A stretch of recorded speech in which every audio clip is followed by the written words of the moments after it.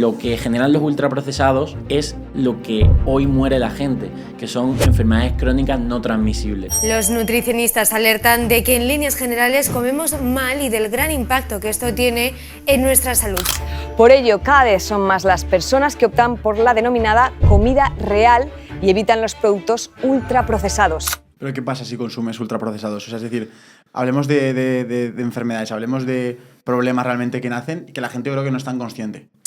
Mira, con los ultraprocesados pasa una cosa, y es que el cuerpo, al no estar adaptado a estos ingredientes, porque llevan apenas unas décadas con nosotros, claro. Ten en cuenta que nuestros abuelos vivían en un entorno donde... Primero, no existían supermercados, existían las tiendas de ultramarinos y tal. Los supermercados son realmente recientes. Pero bueno, cuando empezaron los supermercados no tenían tanta oferta de ultraprocesados, ¿no? Entonces, no hay que irse a la Edad Media. Nuestros abuelos vivían en un entorno totalmente diferente al nuestro. Estos ultraprocesados con estos ingredientes van mermando tu salud.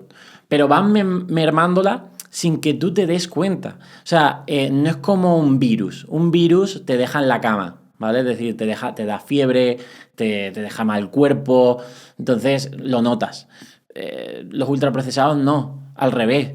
A corto plazo lo que te dan es mucho placer. O sea, te hackean el cerebro con las vías dopaminérgicas y te dan mucha dopamina, Entonces, ¿qué es lo que ocurre? Que la gente lo mantiene en el tiempo, ¿vale?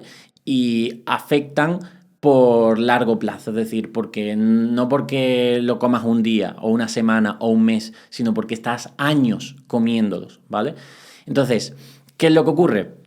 Estos azúcares, estos aceites, estos aditivos, estas harinas, lo que hacen es entran en tu cuerpo y empiezan a hacer daño. Por ejemplo, los azúcares dañan las arterias, ¿vale? Porque te dan un pico de glucosa.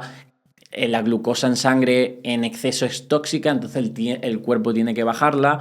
Los aceites interaccionan con nuestro sistema inmune, generando más inflamación, ¿vale? Es decir, nosotros tenemos un sistema inmune que cuando entra un patógeno se activa y lo ataca, ¿vale? Pues cuando entran estos ingredientes, el sistema inmune se activa, no muy alto, ¿vale? Pero sí se activa un poco, y es lo que se llama inflamación crónica de bajo grado, ¿vale? Entonces se queda activado poco a poco y entonces empieza a dañar tus células, y por eso pues cuando daña el ADN tienes más riesgo de cáncer, cuando daña las neuronas tienes más riesgo de enfermedades neurodegenerativas, cuando daña las arterias pues de infartos, en fin, lo que generan los ultraprocesados es lo que hoy muere la gente, que son enfermedades crónicas no transmisibles. No se transmiten por virus, sino que se transmiten por hábitos. Y obviamente influye pues, si fumas o si eres sedentario. Pero la primera causa de muerte es la mala alimentación, ¿vale? Entonces ahí es donde la gente, si supiese la gravedad de lo que genera el consumo de estos productos, para nada los consumiría en exceso. Pero y sabiendo estos efectos, ¿tú crees que hay algún tipo de interés por estas industrias? Ya no solo económico, porque económico lo puedo entender, ganan más dinero, sino intereses de que te mueras antes. Bueno, que te mueras no tanto, sino que... porque claro, si te mueres no eres cliente para nadie. Es más bien mantenerte enfermo, ¿vale? Es decir, efectivamente no hay una conspiración, sino simplemente primero es un negocio, y entonces la empresa que vende ultraprocesados lo que le interesa es que venda mucho, aunque tenga esos efectos secundarios, ¿no? Es decir, oye, al final un producto en la industria alimentaria no lo elige un comité ético, sino lo elige un comité de directivos que, si eso le va a dar más beneficios a la empresa, pues eso se lanza para adelante. Le da igual que eso dentro de 20 años pueda generarle cáncer a alguien, le da igual. Entonces, hacen productos que, por ejemplo, si para mejorar el sabor, que eso genera más ventas, porque cuanto más bueno saben que lo compran más, te tienen que meter un ingrediente que es insano para tu salud, lo van a hacer, porque ellos quieren la venta. Si en lugar de aceite de oliva virgen extra, que es más caro, le puedo meter un aceite que es más barato y por tanto me da más rentabilidad, lo voy a hacer. Porque es una empresa y la empresa lo que busca es rentabilidad. Por eso le da igual tu salud. Entonces, esa es la primera premisa, que tenemos que entender que son empresas que les da igual tu salud y lo que quieren es vender. Y luego, sí que es cierto que hay parte de la industria alimentaria está bajo el control de la industria farmacéutica. Es decir, tienen las mismas manos. Por tanto, que tú, por ejemplo, consumas muchas azúcares y muchas harinas refinadas va a hacer que tengas mayor consumo a nivel de la sociedad de antidiabéticos orales, por ejemplo, ¿vale? O de estatinas, ¿vale? Que bajan el colesterol. Entonces es un negocio que saben cuanto más inyecten estos ingredientes en la sociedad, a su vez va a haber más ventas de estos fármacos, que son los que más se venden, que además los pagamos entre todos, porque los paga también el sistema sanitario público, ¿no?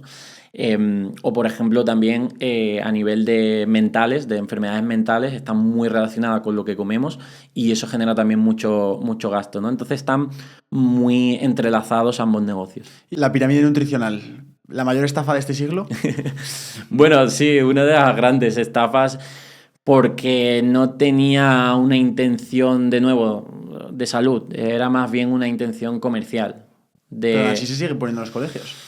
Bueno, desconozco ahora mismo hasta qué punto está eso, pero sí que es cierto que yo en la carrera, en 2012, 2013, lo estudiamos. O sea, en la carrera de nutrición. La carrera de nutrición. Hostia. Sí. O sea, estabais hablando de que una pirámide que se ha hecho con fines de vender más, o sea, se está inculcando a los futuros nutricionistas de este país. Es decir, ¿qué pasa ahí? O sea, obviamente está claro que es el interés comercial, pero ¿por qué está mal la pirámide y cómo estaría bien una pirámide? Y diseñemos una hoy aquí en Tengo un Plan. A ver, lo primero que está mal de la pirámide es que es bastante imprecisa e inespecífica, porque cuando te dice que la base deben ser los hidratos de carbono, ¿vale?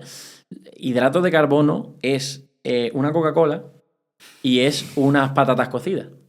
Entonces, ahí da muchos juegos. O sea, la clave... la ciencia de la nutrición, ¿vale?